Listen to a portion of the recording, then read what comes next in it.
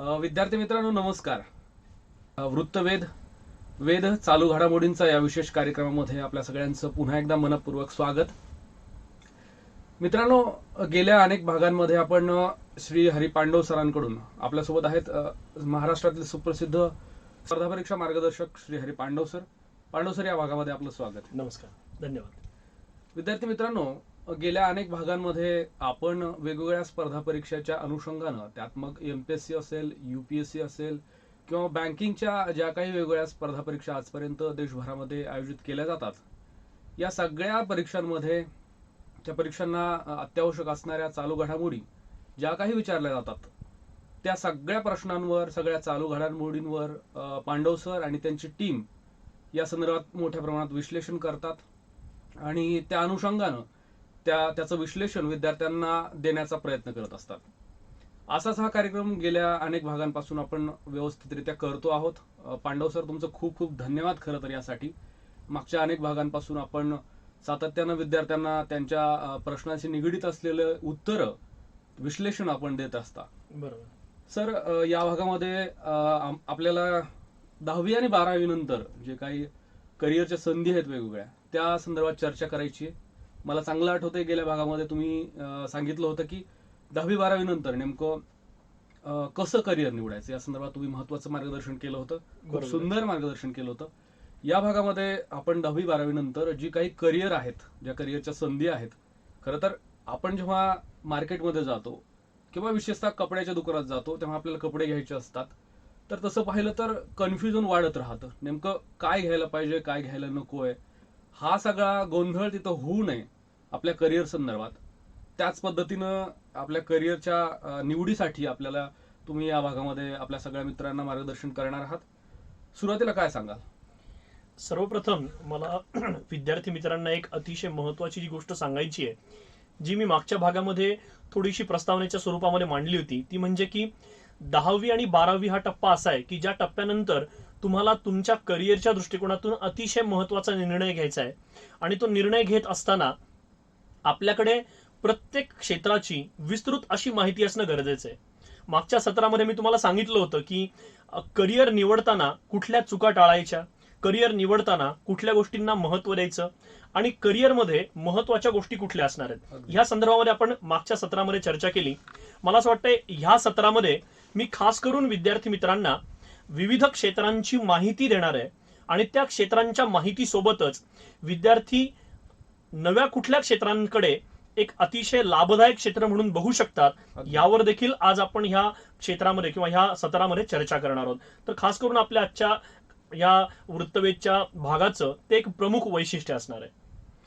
Sir, आता तुम्ही म्हणालात की करिअरच्या संदर्भात सांगणार आहात, पण बऱ्याचदा असं होतं की विद्यार्थ्यांच्या मनात संभ्रम असतो. विशेषतः 12वी आणि 10वी नंतर काय असतं की विद्यार्थी मित्रात चर्चा असते, पालकांच्या वेगवेगळ्या अपेक्षा असतात किंवा इतर ठिकाणी त्यांनी वाचलेलं असतं वेगवेगळं, नेमकं कुठल्या क्षेत्रात जायचंय. तर तुम्ही मागच्या वेळेला बोलताना तुम्ही म्हणाला होतात की आपल्याला शेवटी काय असतं, करिअर निवडताना त्याला आपण फक्त हुरळून न जाता शेवटी आपल्या ज्या काही क्षमता आहेत त्या क्षमता बघून करिअर निवडायला पाहिजे. बरोबर. तर अशी कोणती करिअर आहेत वेगवेगळी? यात पारंपरिक पद्धतीच्या अगोदर करिअर सांगा, त्यानंतर आपण नव्या करिअर संधीबद्दल पण बोलूयात. चालेल. विद्यार्थ्यांना 10वी आणि 12वी नंतर सर्वसाधारणपणे जर आपल्या सध्याच्या शैक्षणिक धोरणाचा आणि शैक्षणिक सत्राचा जर आपण विचार केला तर सर्वांना माहिती आहे की 3 वेगवेगळी क्षेत्र विद्यार्थ्यांसाठी खुली होतात 10वी नंतर आणि 12वी नंतर देखील. याच्यामध्ये सायन्स म्हणजेच विज्ञान शाखा, दुसरी असते ती म्हणजे कॉमर्स आणि तिसरी असते ती आर्ट्स. आता आपण बघतो की थोडासा हुशार विद्यार्थी असेल तर तो विचार करतो नाही मी फक्त सायन्सच घेईल. थोडा जरा एक 70 ते 75 रेंजचा विद्यार्थी असेल टक्केवारीमध्ये 10वीच्या, तर तो विचार करतो नाही मी कॉमर्स घेईल. आणि त्यानंतर विद्यार्थी विचार करतात नाही आपलं कुठेच काही होत नाही तर चला आपण आर्ट्सचा विचार करू. मला थोडीशी ही मानसिकता विद्यार्थ्यांनी बदलावी असं वाटतं आणि त्यामुळे मी 10वी किंवा 12वी नंतर सायन्स क्षेत्रामध्ये असलेली जी क्षेत्र आहेत त्या सगळ्यांची एक माहिती आता देणार आहे. त्याच्यासोबतच कॉमर्स नंतर तुम्ही काय करू शकता आणि आर्ट्स नंतर तुम्ही काय करू शकता. सगळ्यात पहिल्यांदा आपण विचार करूया विज्ञान शाखेचा. विज्ञान शाखेमध्ये पारंपरिक क्षेत्र सगळ्यांना माहिती आहेत किंवा इंजिनिअरिंग, बीटेक आहे, बी आहे, त्यानंतर बी आर्किटेक्चर आहे, म्हणजे अशा वेगवेगळ्या करिअर संधी आहेत की ज्या सायन्स 12वी झालेल्या विद्यार्थ्यासाठी लगेचच खुल्या होतात. त्यासाठी भरपूर मार्गदर्शन केंद्र उपलब्ध आहेत आणि सहजरित्या मुलं परीक्षा देऊ शकतात. त्याबद्दलची पूर्ण माहिती तुम्हाला पब्लिक डोमेनमध्ये सापडते. त्यानंतर आहे ते म्हणजे MBBS. त्यानंतर भरपूर जण सायन्स क्षेत्रामध्ये बॅचलरेट आणि पोस्ट ग्रॅज्युएटची डिग्री घेतात. आता इथे मात्र मला असं वाटतं नव्याने उपलब्ध झालेल्या ज्या संधी आहेत त्याबद्दल मी तुम्हाला नक्कीच सांगेन. मला असं वाटतं की सद्यस्थितीला आपण बघतो आहोत की स्पेस सायन्स असेल किंवा ॲस्ट्रोफिजिक्स असेल, या गोष्टींमधला विद्यार्थ्यांचा रस वाढत चाललाय आणि त्या दृष्टिकोनातून विद्यार्थ्यांनी ह्या नव्या क्षेत्राकडे अजून थोडंसं सजगपणे बघायची गरज आहे.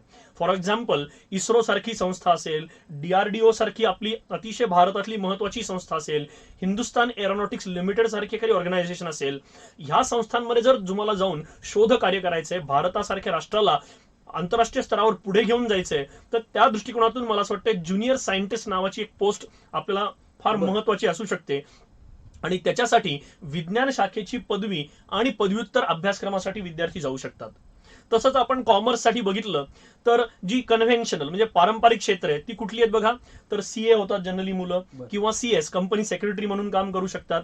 त्याच्यासोबतच अजूनही वेगवेगळ्या प्रकारची बँकिंग क्षेत्रातली कार्य आहेत, ही सगळी कॉमर्सचे विद्यार्थी करतात, तर ती देखील चांगली क्षेत्र आहे. आणि आर्ट्सचा विद्यार्थी जो आहे तो खास करून विविध प्रकारच्या मास कम्युनिकेशन असेल, जर्नलिझम असेल, त्यानंतर लॉच्या बॅकग्राऊंडचे विद्यार्थी जे असतील त्यांना लॉ बॅकग्राऊंडमध्ये जाऊन अभ्यास करणं असेल, म्हणजे वेगवेगळी ही करिअर सध्या विद्यार्थ्यांसाठी आहेत. आपल्या कुवतीनुसार विद्यार्थ्यांनी ह्यापैकी एखादं करिअर निवडलं तर मला असं वाटतं अतिशय योग्य होईल. पण आता इथे मी एक अतिशय महत्वाची गोष्ट नमूद करू इच्छितो. मागच्या 5 ते 7 वर्षांमध्ये तंत्रज्ञान म्हणा किंवा विज्ञान क्षेत्र म्हणा याच्यामध्ये इतकी मोठ्या प्रमाणावर प्रगती झाली आहे की विद्यार्थ्यांना काही नवीन क्षेत्र खुणावत आहेत सध्याला, की जी पुढे जाऊन त्यांना अतिशय लाभदायक ठरणार आहेत. आणि मला असं वाटतं विद्यार्थ्यांनी ह्या नव्या क्षेत्रांबद्दल नक्कीच अभ्यासणं गरजेचं आहे. अगदीच पांडव सर, तुम्ही महत्वाचं सांगितलंय, कारण की आजपर्यंत असं होत आलंय की ज्या काही संधी विद्यार्थ्यांना माहिती आहेत त्या संधी निवडण्याचा ते प्रयत्न करत राहतात. त्याला कारण असे आहेत की तुम्ही आता नव्या संधींबद्दल बोललात, पण त्या संधी बऱ्याच विद्यार्थ्यांना माहिती नसतात आणि मग ते पारंपरिक स्टेप तुम्ही सांगितलं, एक तर सायन्स आहे, मेडिकल फील्ड आहे आणि कॉमर्स. ह्या 2-3 फील्डमध्ये जे काही करिअर उपलब्ध आहेत, अस्तित्वात आहेत, त्याची निवड त्यांच्याकडून होत राहते. अशा काही वेगळ्या आहेत का संधी आजच्या परिस्थितीमध्ये की ज्याला विद्यार्थ्यांना बऱ्याचदा माहिती नसतं, कॉलेजमध्ये सांगितलेलं नसतं किंवा ऐकलेलं नसतं? अशा काही आहेत, काय सांगा? नक्कीच मी अशा काही नवीन ज्या संधी विद्यार्थ्यांना उपलब्ध आहेत त्याबद्दल तुम्हाला आज माहिती देईल. सगळ्यात पहिली सद्यस्थितीला अतिशय ज्याला आपण म्हणू शकतो पॉप्युलर असलेली जी स्ट्रीम आहे की जे विद्यार्थी घेऊ शकतात ती आहे डेटा सायन्स.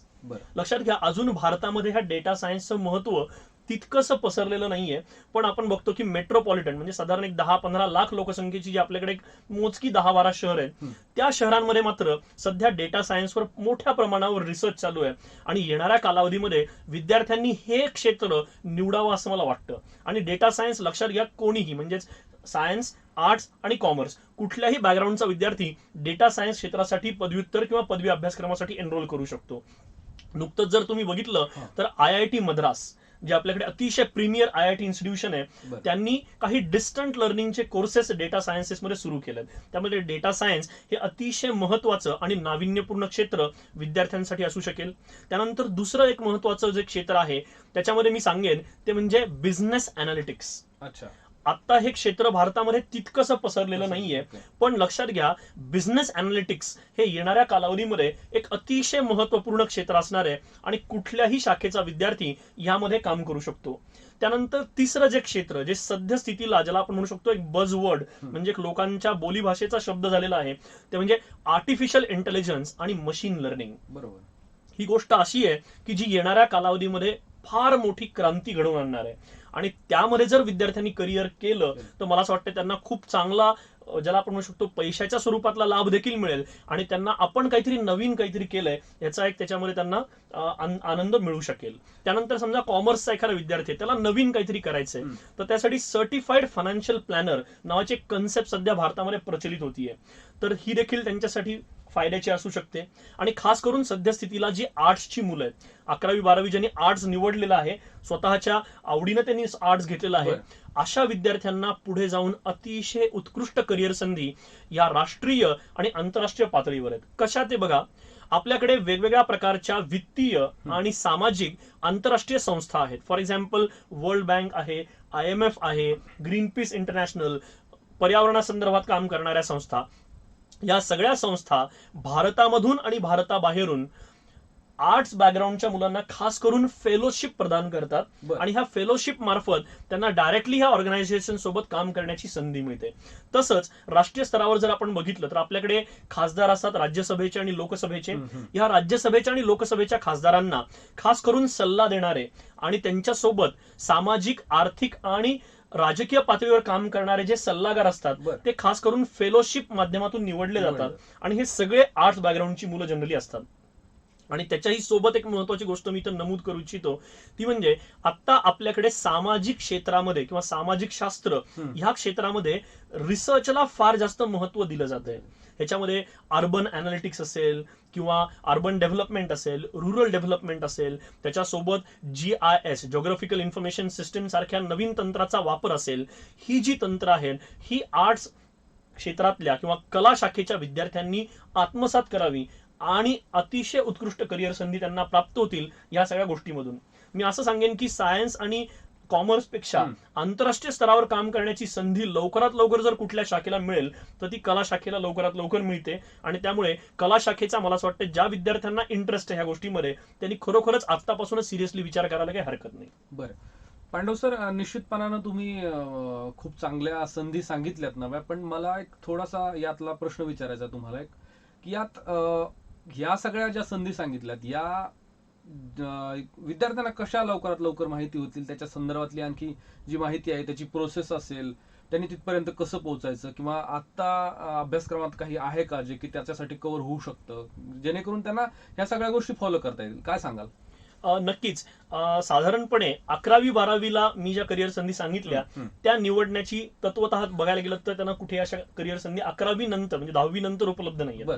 ह्या सगळ्या ज्या मी करिअर संधी सांगितल्या या सर्वसाधारणपणे तुम्ही 12वी नंतर निवडू शकता. अगदी. आणि याच्यामध्ये आपल्याकडे ज्या प्रीमियर संस्था आहेत, IIT इन्स्टिट्यूशन्स आहेत, त्यानंतर आपल्याकडच्या ज्या महत्वाच्या मोठ्या मोठ्या युनिव्हर्सिटीज आहेत, त्यानंतर आपल्याकडे IISCs म्हणजे Indian institute of information and technology, अशा इंडियन इन्स्टिट्यूट ऑफ सायन्स आहेत. तर ह्या सगळ्या इन्स्टिट्यूट मार्फत ह्या प्रकारचे कोर्सेस ऑफर केले जातात. आता तुमचा प्रश्न असेल की ह्या सगळ्या कोर्सेस ज्या आहेत त्याच्यामध्ये एनरोल करण्यासाठीची प्रक्रिया काय असते. तर ह्या सगळ्या कोर्सेसना अप्लाय करण्यासाठी तुम्हाला एक पूर्व परीक्षा किंवा ज्याला आपण म्हणतो कॉमन एंट्रन्स टेस्ट द्यावी लागते. कुठलाही कोर्स असेल, मग तो डेटा सायन्स मधला असेल, बिझनेस अनालिटिक्स मधला असेल किंवा अजून कुठला असेल. ह्याच्यामध्ये तुम्हाला काय करायचंय तर सरळ सरळ साधारणपणे ह्या ज्या काही मी संस्था आता सांगितल्या या संस्थांच्या वेबसाईटवर तुम्ही अंडर ग्रॅड कोर्सेससाठी म्हणजेच पदवी अभ्यासक्रमासाठी नेमके कुठले कुठले कोर्सेस आहेत याची एक तुम्हाला लिस्ट सापडते. आणि त्याच्या संदर्भामधल्या ज्या एंट्रन्स एक्झामिनेशन्स आहेत त्या नेमक्या कधी घेतल्या जाणार आहेत याच्या आधारावर तुम्ही या सगळ्या कोर्सेससाठी अप्लाय करू शकता. आणि असे काही अभ्यासक्रम आहेत की जे पदवी शिक्षणानंतर आहेत, म्हणजे तुमचं BSc झालंय, BCom झालंय किंवा BA झालंय, तुम्हाला याच्यामध्ये direct post graduation courses offer केले जातात ह्या संस्थांकडून. त्यासाठीची पण एक कॉमन एंट्रन्स टेस्ट पूर्ण भारत स्तरावर घेतली जाते आणि त्यामधून विद्यार्थी ह्या कोर्सेससाठी एनरोल करू शकतात. बरं सर, या पारंपरिक आणि नव्या संधी आपण आता सविस्तरपणे सांगितल्यात, कदाचित खूप महत्वाच्या आहेत त्या आणि आपले विद्यार्थी मित्र त्याकडे जातील, करिअर निवडतील. पण पांडव सर, मला हे पण विचारायचं की बऱ्याच विद्यार्थ्यांना याशिवायही देशभरातल्या म्हणजे देशातल्या ज्या काही महत्वाच्या स्पर्धा परीक्षा आहेत त्याच्या माध्यमातून देश सेवा करण्याची इच्छा आहे. UPSC असेल, त्यातून IPS IAS अधिकारी किंवा IFS या सगळ्या संधी असतील, किंवा मग MPSCच्या माध्यमातून तहसीलदार वगैरे या सगळ्या गोष्टींकडे, विशेषतः सरकारी नोकरीकडे जाण्याचा बऱ्याच विद्यार्थ्यांचा प्रयत्न असतो, त्यासाठी ते अभ्यास करत असतात. तर अशा कोणत्या स्पर्धा परीक्षा आहेत 10वी-12वी नंतर जे की विद्यार्थी 10वी किंवा 12वी नंतरच त्याची तयारी करू शकतील? आतापर्यंतचा माझा एक मागच्या 10 वर्षाचा एक्सपिरियन्स असा आहे की 10वी नंतर किंवा ऍटलिस्ट 12वी नंतर जर तुम्ही एखादी स्पर्धा परीक्षा देण्याचा निर्णय घेतला तर तुमच्या यशाची खात्री तुम्हाला मिळू शकते किंवा कमीत कमी वेळेमध्ये तुम्हाला हे यश प्राप्त होऊ शकतं. त्याचं एक सगळ्यात महत्वाचं कारण मी सांगतो. कारण तत्वतः जर आपण सगळ्या स्पर्धा परीक्षांचा एकंदर अभ्यास केला तर मॅक्सिमम स्पर्धा परीक्षा की ज्याच्यामधून तुम्हाला चांगलं पद मिळवायचंय बरं. ह्या पदवी नंतरच देता येतात. म्हणजे यांच्यासाठी जी एक मिनिमम पात्रता आहे, मिनिमम एलिजिबिलिटी जी आहे ती आहे ग्रॅज्युएशन. पण मी ग्रॅज्युएशन झाल्यानंतर अभ्यास करायचा का? तर नाही. साधारणपणे 10वी किंवा 12वी नंतरच तुम्ही निर्णय घेतला की मला ह्या स्पर्धा परीक्षेची तयारी करायची आहे, तर मात्र तुमचं यश तुम्हाला लवकरात लवकर मिळू शकतं. आता मी सांगतोय की 10वी किंवा 12वी नंतर तुम्ही कुठल्या कोणकोणत्या साधारणपणे स्पर्धा परीक्षांचा विचार करू शकता. आता इथे स्पर्धा परीक्षांचं मी थोडंसं वर्गीकरण करतो. बिलकुल. एक 2-3 प्रकारे आपल्याला हे वर्गीकरण करता येईल. पहिला जो प्रकार आहे त्याला आपण म्हणूया सिव्हिल सर्व्हिसेस. सर्वसाधारणपणे नागरी सेवा किंवा सनदी सेवा असं त्याला काही भाषेमध्ये म्हटलं जातं. आणि ह्या सनदी सेवा म्हणजे काय, तर साधारणपणे केंद्र सरकार किंवा राज्य सरकार यांच्या अंतर्गत गट अ पदासाठी तुम्ही तत्वतः पात्र होता आणि त्याच्यासाठी तुम्ही ज्या परीक्षा देता, ह्याच्यामध्ये 2 परीक्षा सगळ्यात जास्त महत्वाच्या आहेत महाराष्ट्रातल्या विद्यार्थ्यांसाठी खास करून. पहिली आहे ती म्हणजे युपीएससी मार्फत घेतली जाणारी सिव्हिल सर्व्हिसेस एक्झामिनेशन, आणि दुसरी आहे ती म्हणजे युपीएससी मार्फतच घेतली जाणारी कंबाईंड डिफेन्स सर्व्हिसेस एक्झामिनेशन, आणि तिसरी परीक्षा ती म्हणजेच central arm police forces exam. आता ह्या तिन्ही एक्झाम कुठल्याही पदवीचे मुलं देऊ शकतात. म्हणजे तुमची आर्ट्सची पदवी आहे का कॉमर्सची आहे का सायन्सची आहे हे मॅटर करत नाही, तुम्ही ह्या 3 परीक्षा देऊ शकता. त्यानंतर जर आपण राज्य पातळीवर बघितलं तर पहिली आहे ती म्हणजे स्टेट सर्व्हिसेस एक्झाम, ज्याला आपण राज्यसेवा परीक्षा असं म्हणतो. त्यानंतर दुसरी आहे ती म्हणजे गट ब परीक्षा, ज्याला PSI-STI असं बोलीभाषेमध्ये म्हटलं जातं. आणि तिसरी आहे ती म्हणजे गट क. ह्या परीक्षा देखील कुठलाही विद्यार्थी देऊ शकतो. त्यानंतर परीक्षा आहे ती म्हणजे सनदी सेवांच्या संदर्भातली केंद्रीय स्तरावर घेण्यात येणारी अतिशय महत्वाची, तिचं नाव आहे स्टाफ सिलेक्शन कमिशन, म्हणजे SSC ची परीक्षा. आता ही कोणासाठी घेतली जाते, तर ही साधारणपणे गट ब, गट क आणि गट ड यांच्यासाठी एकत्रितपणे घेतली जाणारी परीक्षा आहे. त्याच्यासोबतच रेल्वेची भरती प्रक्रिया पूर्णतः वेगळी आहे. तिचं नाव आहे RRB म्हणजेच रेल्वे रिक्रुटमेंट बोर्ड. आणि सगळ्यात शेवटी येते आपल्या वर्गीकरणामध्ये तिसरा भाग, तो म्हणजे बँकिंग आणि इतर वित्तीय क्षेत्रांमधल्या परीक्षा. याच्यामध्ये सर्वांना माहिती आहे त्या म्हणजे IBPS एक्झामिनेशन कंडक्ट करतं, पण त्याच्यासोबतच RBI reserve bank of India असेल, सेबी असेल, नाबार्ड असेल, ह्या संस्था देखील स्वतःच्या वेगळ्या अशा परीक्षा कंडक्ट करतात की जेणेकरून तुम्हाला ग्रुप A म्हणजे क्लास 1 ऑफिसर या संस्थांमध्ये होता येतं. आता ह्या सगळ्या परीक्षा पदवी नंतर तुम्हाला द्यायच्या आहेत. पण जर तुम्ही 10वी नंतर किंवा 12वी नंतरच ह्या परीक्षांची तयारी केली तर तुम्हाला पहिल्या प्रयत्नामध्ये यश मिळवणं या परीक्षांमध्ये सहज शक्य होतं. आणि त्यामुळे आम्ही विद्यार्थ्यांना सांगतो की नाही, तुम्ही लवकरात लवकर तयारी सुरुवात करा, जेणेकरून तुम्हाला ह्या परीक्षांमध्ये पहिल्याच प्रयत्नामध्ये यश मिळवता येईल. बरं पांडव सर, स्पर्धा परीक्षा संदर्भात तर तुम्ही सविस्तर सांगितलंय, ज्या काही स्पर्धा परीक्षा उपलब्ध आहेत त्याबद्दल पण माहिती दिली. पण आता आम्हाला तुमच्याकडून थोडक्यात हे जाणून घ्यायचं की खरं तर मोठा दीर्घ वेळ लागू शकतो, पण आता वेळ कमी आपल्याकडे, त्यामुळे मला तुम्हाला विचारायचं की या सगळ्या परीक्षांची तयारी कशी करायला हवी, काय काय उपलब्ध आहे साहित्य किंवा मग त्या संदर्भातल्या. एकदम थोडक्यामध्ये मी 10वी आणि 12वी नंतर ह्या परीक्षांची तयारी कशी करावी हे विद्यार्थ्यांना समजावून सांगतो. लक्षात घ्या, तुमच्या तयारीचे तुम्हाला 3 टप्पे करणं गरजेचं आहे, तुम्हाला कुठलीही स्पर्धा परीक्षा द्यायची असेल तरी. पहिला टप्पा ज्याला मी म्हणतो फाउंडेशन, दुसरा टप्पा त्याला मी म्हणतो इंटिग्रेटेड प्रिपरेशन, आणि तिसरा टप्पा ह्याला म्हणतो आम्ही असेसमेंट. फाउंडेशन म्हणजे काय, तर कुठल्याही परीक्षेला सामोरं जाण्यासाठी माझ्या मूलभूत संकल्पना सगळ्यात पहिल्यांदा क्लिअर पाहिजेत. आणि मूलभूत संकल्पना म्हणजे काय, तर साधारणपणे 5वी ते 12वी पर्यंत तुम्ही जे शिकला शाळा कॉलेजेसमध्ये ते तुम्हाला एकदम परफेक्ट आलं पाहिजे. त्याच्यावर विचारलेला कुठलाही प्रश्न तुम्ही सहजगत्या उत्तर दिलं पाहिजे. त्याच्यामुळे पहिला टप्पा आहे तो 6 महिन्यांचा अंदाजे हासला पाहिजे. याच्यामध्ये तुम्ही बेसिक कन्सेप्च्युअल अंडरस्टँडिंग तुमचं क्लिअर करता आणि परीक्षेमध्ये विचारलेली कुठलीही मूलभूत संकल्पना असेल तिच्याबद्दल तुम्ही सजग असता. दुसरा टप्पा आहे तो इंटिग्रेटेड प्रिपरेशन. कुठली जी परीक्षा मला द्यायची आहे त्याचा एक सुव्यवस्थित असा अभ्यासक्रम असणार आहे. त्या अभ्यासक्रमानुसार किमान 1 वर्ष तुम्ही परीक्षा देणं गरजेचं आहे. आणि त्यामुळे मला असं वाटतं हा टप्पा अतिशय महत्वाचा असेल, ज्याच्यामध्ये आपण परीक्षेचा अभ्यासक्रम आणि मागील वर्षाच्या प्रश्नपत्रिका समोर ठेवून आपण अभ्यास करतो. आणि तिसरा टप्पा असतो असेसमेंट.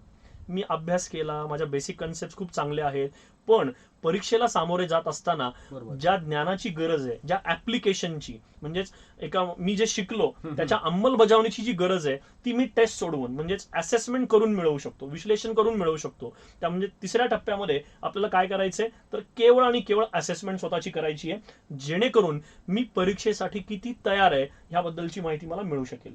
जर विद्यार्थी या पूर्ण 3 टप्प्यांना व्यवस्थित फॉलो करतील, अंदाजे आमचा आजपर्यंतचा एक्सपिरियन्स असा आहे की ह्या 3 टप्प्यांसाठी एकत्रितपणे लागलेला कालावधी हा 2.5 वर्षांचा आहे. म्हणजे तुम्ही 10वी नंतर किंवा 12वी नंतर लगेचच निर्णय घेतला तर 2.5 वर्षामध्ये तुम्ही कुठल्याही परीक्षेसाठी तयार होता आणि ज्यावेळेस तुम्ही ती परीक्षा देता त्यावेळेस तुम्ही पहिल्या प्रयत्नामध्ये सहजगत्या यश मिळवू शकता. पांडव सर, निश्चितच मला वाटतं सगळ्या वेगवेगळ्या प्रकारच्या असलेल्या करिअर संधी ज्या काही उपलब्ध आहेत आपल्या सगळ्याकडे 10वी 12वी नंतर विशेषतः, त्या सगळ्या करिअर संदर्भात तुम्ही महत्त्वाचं सांगितलंय. वेगवेगळ्या स्पर्धा परीक्षांच्या संदर्भात देखील सांगितलंय, त्याची तयारी कशी करावी या संदर्भात देखील आपण थोडक्यात पण महत्त्वाचं सांगितलंय. या भागामध्ये आपण सहभागी झालात आणि आपल्या सगळ्या विद्यार्थ्यांना छान मार्गदर्शन केलं, त्याबद्दल धन्यवाद. धन्यवाद.